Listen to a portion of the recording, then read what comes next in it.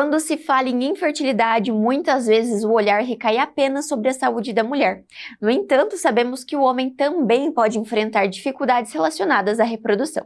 E agora nós vamos conversar sobre infertilidade masculina com os urologistas Dr. Luiz Berlang e Dr. Rodrigo Gôngora. Sejam bem-vindos novamente, doutores. Obrigado, Gabriela, e obrigado a todos que estão nos assistindo, né? Um abraço, uma saudação a todos. Obrigado, é sempre um prazer estar aqui, esse espaço, essa oportunidade de poder esclarecer dúvidas e levantar novos temas. Então é sempre um prazer. E hoje nós vamos falar sobre um assunto que gera muitas curiosidades e também tem muito que ser dito, que é a infertilidade masculina. A gente fala muito sobre a questão da mulher, sobre a saúde da mulher, só que um fator importante também é o parceiro, é a saúde deste homem, e é um assunto que é muito relevante hoje na nossa sociedade. Então eu gostaria que o Dr. Luiz pudesse começar falando. A infertilidade a gente já entende, então, que é sobre a questão da reprodução, mas o que a medicina diz, doutor? Então, qual que é a definição de infertilidade masculina? Olá, então, a infertilidade masculina, ela tem praticamente dois tipos. A primária, né, aquela pessoa que nunca teve um filho, né, o homem que nunca teve um filho, e a secundária, que pode ter um filho e depois está com dificuldade de ter outro filho.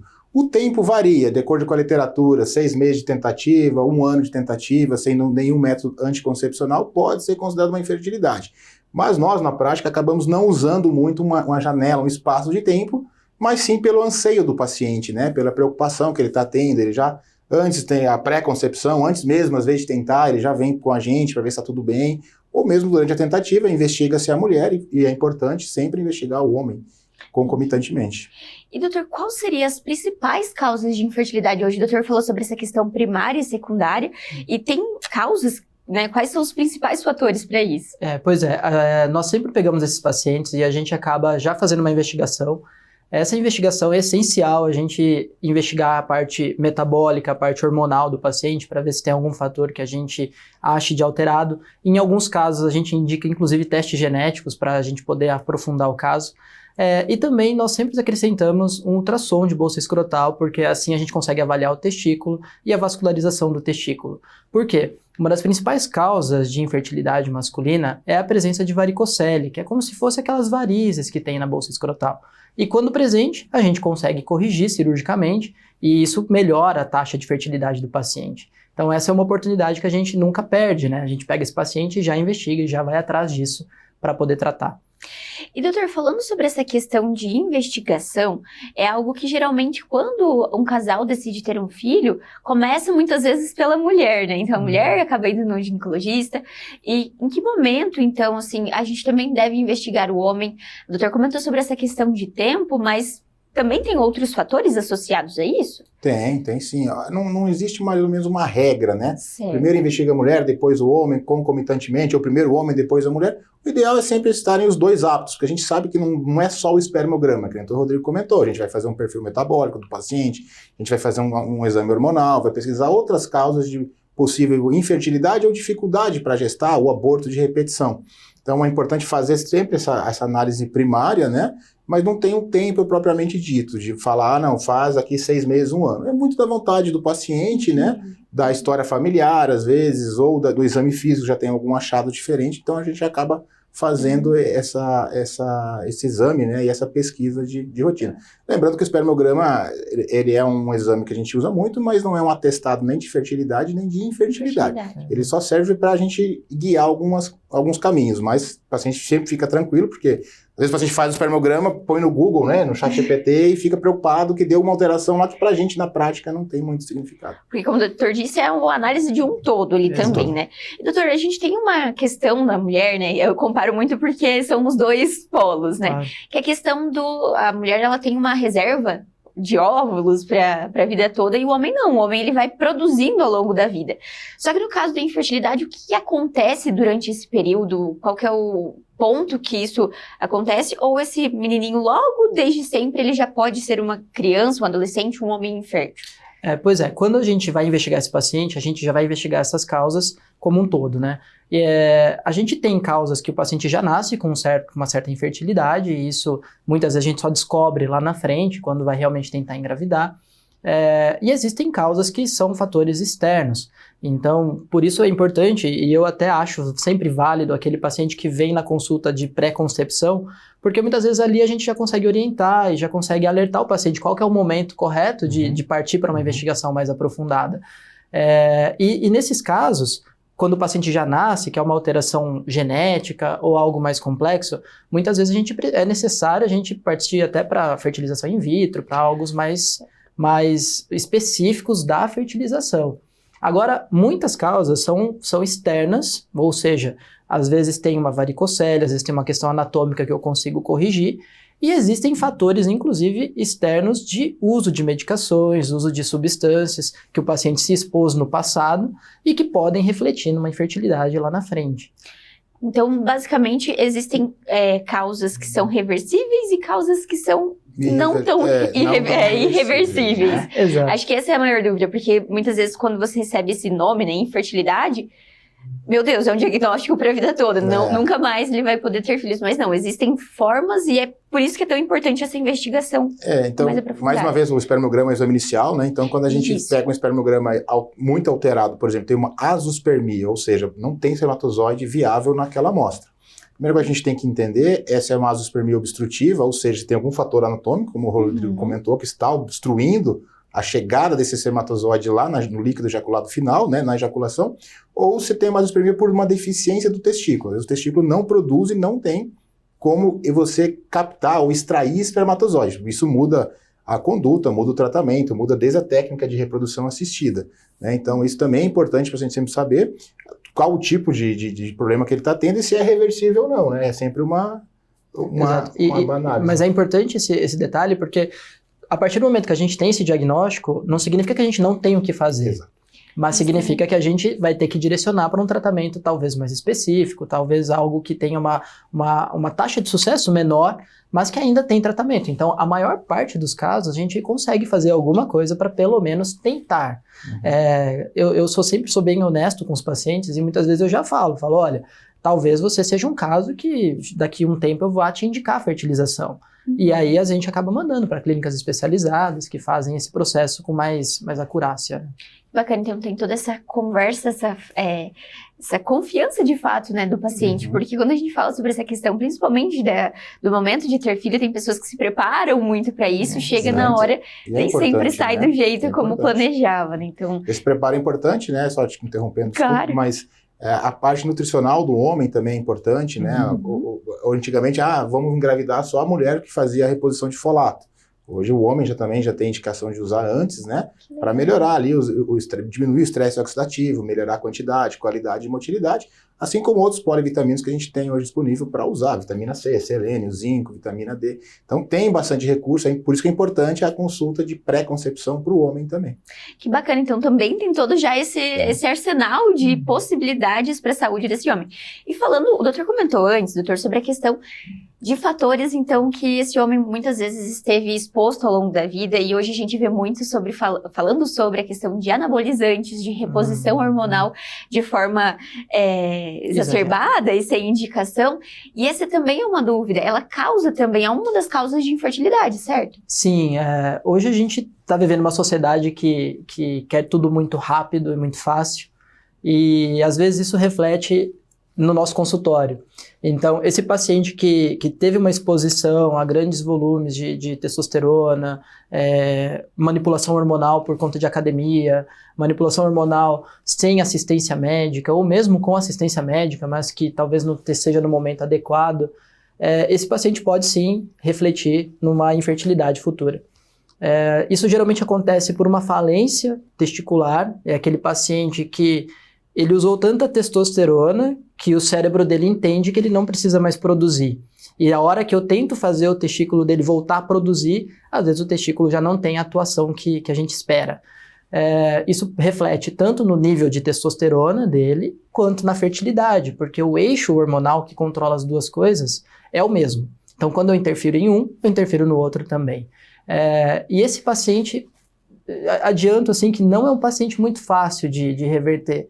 É um paciente que às vezes a gente sofre, a gente demora, a gente precisa usar algumas medicações para tentar estimular a própria produção. E, obviamente, a gente faz de tudo para recuperar, mas nem sempre tem uma taxa de sucesso muito grande, e alguns deles chegam também a ter que ir para fertilização. E, doutor, falando sobre essa questão, existem uma medida, assim, de quanto que esse homem foi exposto de forma ruim, digamos assim, para que cause uma infertilidade? Porque em alguns casos, alguns pacientes têm condições que realmente precisam de algumas da reposição, testosterona. Né? Uhum. E como que é feito nesse caso? Então, existem outras formas também, caso esse homem ainda deseje ter filhos? Geralmente, os guidelines, os estudos preconizam uma data de 6 meses a 1 ano, tá? Então, geralmente, quando o paciente usa de 6 meses a 1 ano, a chance de reversão de o testículo voltar a funcionar é maior, mas na prática isso não funciona muito, né? A gente sabe que isso não tem muita relação. Lembrando que, como o Dr. Rodrigo comentou, o eixo que coordena, que manda o estímulo para o testículo é o mesmo, tanto para produzir testosterona quanto para produzir espermatozoide. Então, por isso que o paciente em idade reprodutiva, idade fértil, que quer ter filhos, pensa em ter prole, ele tem uma contraindicação ao uso da testosterona, né, de maneira direta, né, a terapia de repouso da testosterona. Aí entra em outras formas a gente tentar elevar o nível de testosterona, desde que ele tenha um nível baixo, que ele tenha sintomas relacionados, que é o famoso hipogonadismo. A gente vai investigar qual que é a causa e tratar de acordo, mas esse paciente necessariamente é uma contraindicação ao uso de testosterona se ele pensa em ter filhos, porque se ele usar muito tempo, pode ser que não volte a produzir espermatozoide, pode ser que volte, mas é um preço muito alto, né? Exato, e a gente fala hoje sobre essa questão de nossa sociedade tem pessoas tendo filho cada vez mais novos, outras demorando um pouco mais para ter, então é um gap muito grande ali de tempo, até você, agora no momento, pode ser que esse paciente, esse jovem não queira, Exato. E aí ele tem essa decisão, por questão, que o doutor disse muitas vezes, de academia, de estética, mas consequentemente lá na frente ele vai sofrer de fato as consequências dessa decisão, né, doutor? E uma dúvida que eu acho que também é recorrente, existe a questão do congelamento, né, dos óvulos. Existe também no caso de espermatozoide? É possível fazer isso, doutor? Existe, é até importante comentar sobre isso, porque existem alguns pacientes que a gente orienta a fazer, inclusive, né? Mas assim, é sempre importante entender que tudo que é congelado nesse sentido não tem a mesma qualidade do afresco, entre aspas. E a gente usa muito isso para pacientes que são pacientes oncológicos, eles vão se submeter à quimioterapia. Na nossa rotina, por exemplo, é muito comum um paciente que tem neoplasia de testículo, que a gente vai ter que operar esse paciente, ou mesmo vai ter que submeter ele a uma quimioterapia que pode acometer a fertilidade. Então, esse paciente, antes mesmo de indicar a cirurgia, antes de indicar a quimioterapia, ou até mesmo antes de corrigir uma varicocele, muitas vezes a gente orienta ele a congelar espermatozoides, porque é uma forma de segurança para nós. Caso ele venha a ter uma infertilidade, depois é mais fácil de a gente conseguir com que eles consigam ter uma gestação. Então a gente faz sim, a gente orienta. É uma coisa que a gente consegue fazer até na cidade, é uma coisa bem tranquila, na verdade. Tem um custo de manutenção, mas também é tudo muito razoável e a gente tem feito cada vez mais porque é uma segurança. É uma opção também para não só aqueles homens que essa questão da infertilidade primária, de tempo, mas também para quem tem outras doenças. Isso é bem interessante da gente falar, né? E, doutor, falando sobre a questão de exames, o doutor comentou muito sobre a questão do espermograma. Existem outros que são complementares também, que como que na verdade é feita essa conversa com esse homem ali no consultório até chegar de fato aos exames? Perfeito. Então, assim, primeiro a gente vai fazer a anamnese, conversar com o paciente, identificar se ele tem algum fator de risco de infertilidade, se tem história na família, né, se algum parente dele é infértil, teve dificuldade para engravidar, fazer o exame físico, o tamanho de testículo, né, a saída da urina ali, que é o meato, ver se não tem nenhuma estenose, pesquisa de varicocele, isso é o inicial. Para o homem, eu sempre falo que é bem mais fácil, né, é muito menos exame do que para a mulher. Então, a gente começa basicamente com ultrassom Doppler da bolsa escrotal, na pesquisa de varicocele, o espermograma e alguns exames laboratoriais, principalmente ali o eixo hormonal dele, o perfil hormonal, para a gente ver se o testículo está produzindo tanto espermatozoide quanto testosterona e reafirmar, né, e ver que o eixo está bem. Então, praticamente começa com esses, e aí, claro, que dependendo dos achados desses exames primários, a gente aprofunda, desde cariótipo a gente pode fazer, fragmentação de DNA, né, então assim, é bem mais profundo, mas isso não é feito inicialmente, isso é baseado no achado dos primeiros exames que a gente vai investigar, vai aprofundar, ou às vezes não precisa, às vezes está tudo bem.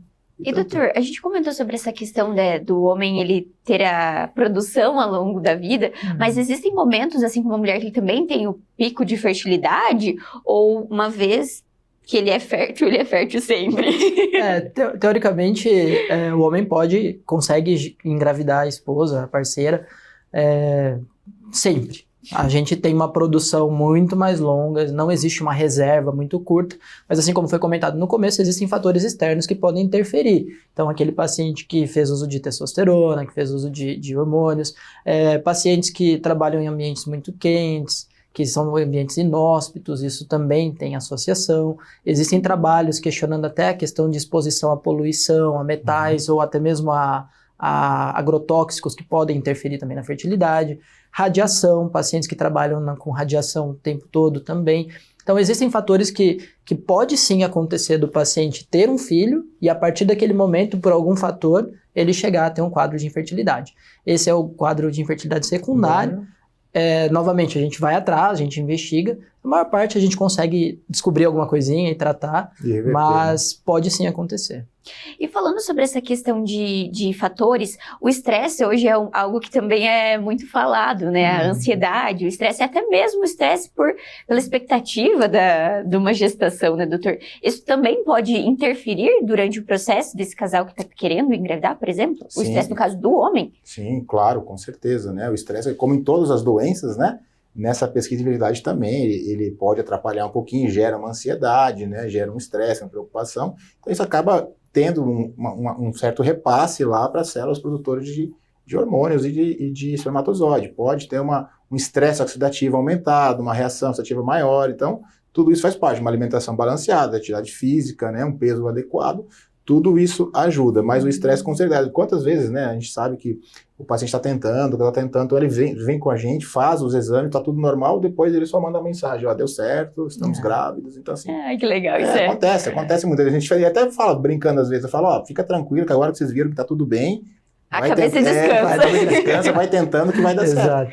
E, doutor, falando sobre essa questão de doenças, o doutor comentou sobre o peso e tudo mais. Existem a questão hoje muito também da obesidade, do sedentarismo, ou até mesmo a diabetes e outras doenças que a gente sempre fala que acabam sendo comorbidades, e elas também impactam e atrapalham, doutor? Sim, é importante controlar isso antes da gestação? Com certeza. Tudo isso que você comentou faz parte do exame inicial já de triagem, porque realmente aquele paciente que é um paciente super obeso, diabético, dislipidêmico, aquele paciente que tem uma síndrome metabólica como um todo, ele com certeza vai ter uma interferência no eixo. E além de ter uma interferência no eixo da produção de testosterona e dos espermatozoides, a gente ainda tem uma questão de interferência hormonal. Então é aquele paciente que produz testosterona, mas ele tem tanta gordura periférica que ele sofre uma conversão periférica de testosterona em estradiol, e isso também pode interferir na hora da fertilidade. Então, o paciente não pode pensar numa coisa única. Eu sempre falo para o paciente que o paciente é um todo, não tem como separar as coisas. Então, a hora que vai querer engravidar, é importante estar saudável, fazendo atividade física, não pode ser aquele paciente extremamente obeso. E então, tudo isso facilita que a gente consiga ter uma fertilização, consiga ter uma gestação. E outro ponto que talvez surja dúvida, doutor, é relacionado, existem também alguns mitos, e é um pouco de tabu até para falar sobre isso, que é a questão das doenças sexualmente transmissíveis. Uma vez que o paciente teve, isso também pode impactar, doutor, no futuro? Muitas vezes ele fez o tratamento, mas em outro momento pode ser que isso impacte, doutor? Sim, certamente, tem toda a razão. É outro assunto importante, né, porque as ISTs, elas têm uma certa frequência no consultório.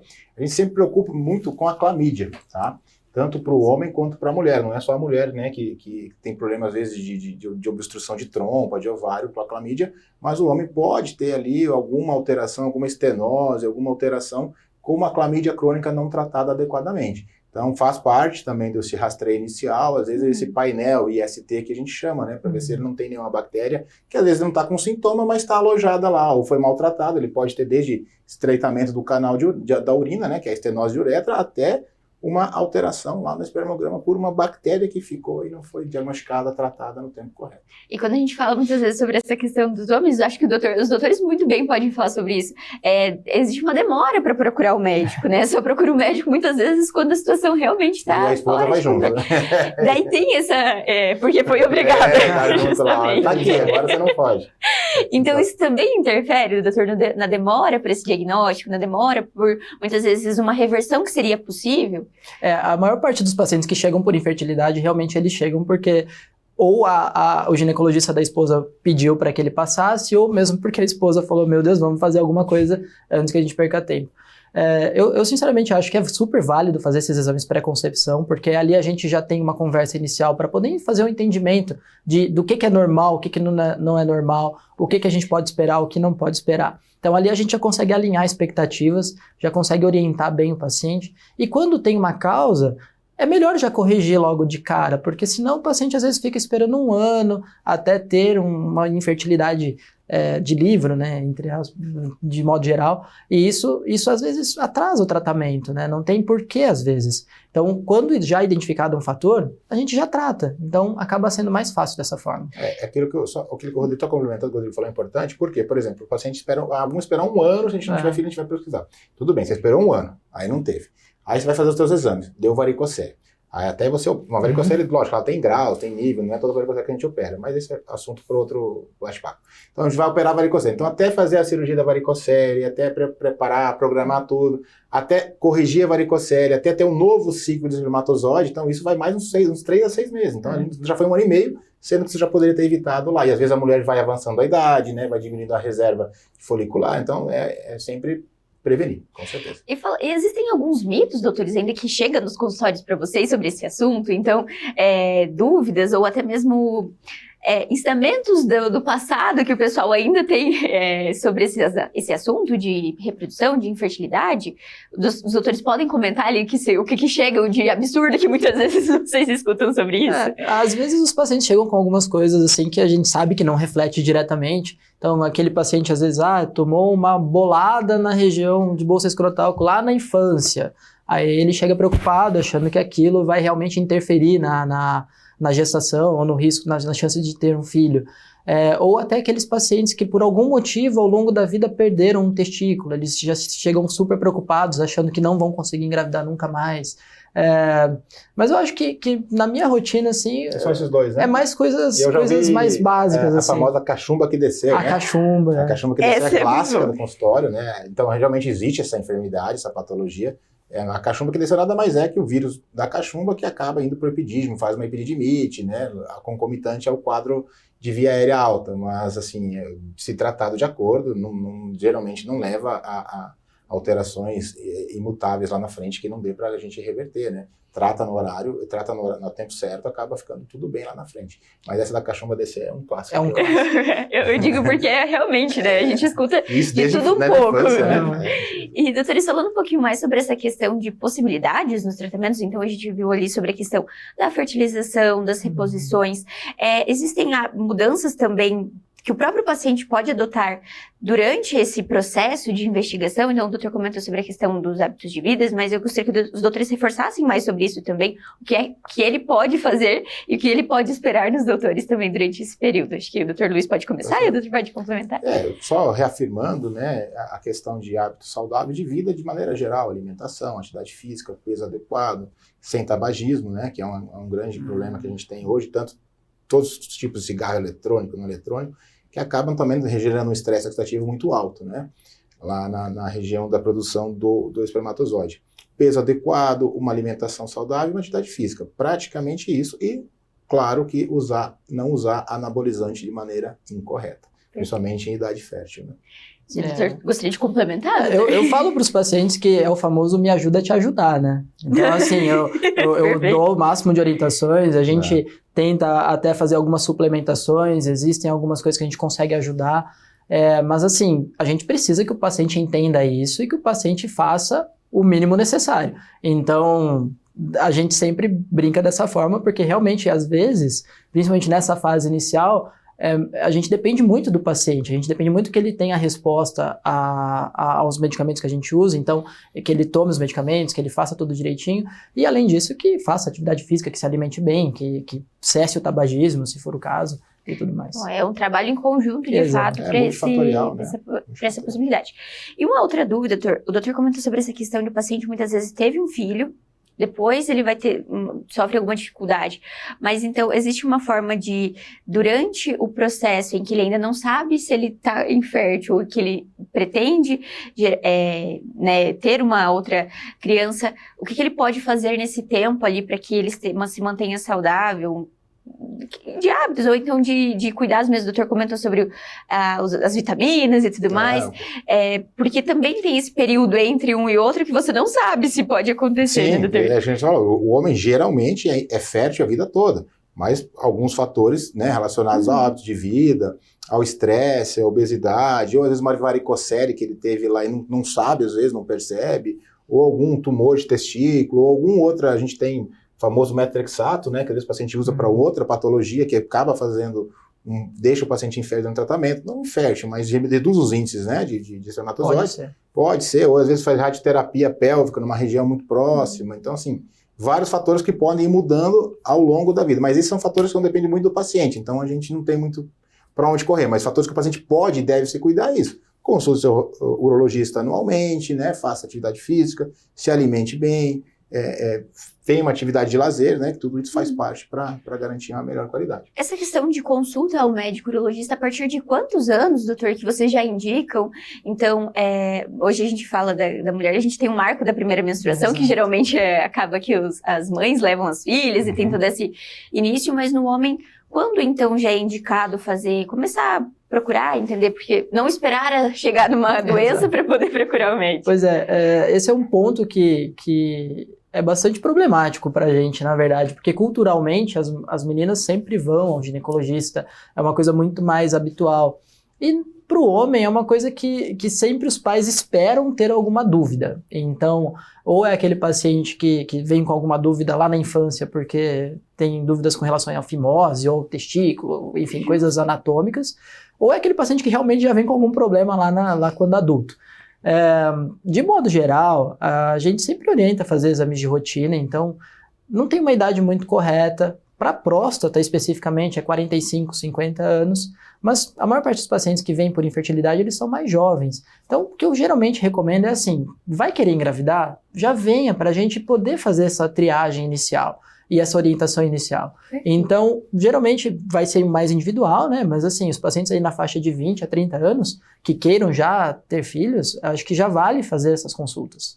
Isso é bem bacana a gente falar, porque o tempo é muito relativo, como o doutor disse, é muito relativo, acaba sendo relativo de pessoa, porque às vezes é uma alteração, né, que você consegue já pegar no início e já modificar isso antes de ele começar a tentativa, né? Então isso gera um estresse menor para ele, um estresse menor para a mulher, então só tem ganho com isso, né? E é importante criar esse hábito, né, doutor, de consulta, né? Porque tem gente que fala que o que eu não sei, eu não tenho, mas pelo contrário, a gente tem que cuidar, cada vez mais a gente tem que levantar essa pauta de cuidado. Da medicina preventiva, né? Exatamente. Se você for ter alguma coisa, que tenha inicialmente, que a gente consiga fazer um diagnóstico precoce. Claro que as chances de tratamento e de cura são muito maiores. Né? Mas a gente já falou em outras edições, a gente falou sobre o câncer de próstata, que é uma doença que demora para aparecer, então é importante também já ter esse hábito.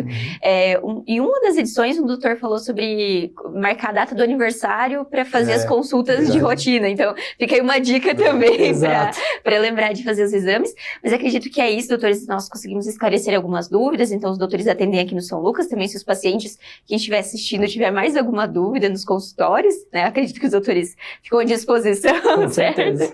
E é isso, muito obrigada, doutor Luiz, doutor Rodrigo, é sempre um prazer tê-los aqui conosco. Obrigado a você. Muito obrigado pela oportunidade. E o São Lucas 24 horas de hoje fica por aqui, mas não deixe de acompanhar as redes sociais através do @FH São Lucas Cascavel para ficar por dentro de todas as novidades. E até o próximo!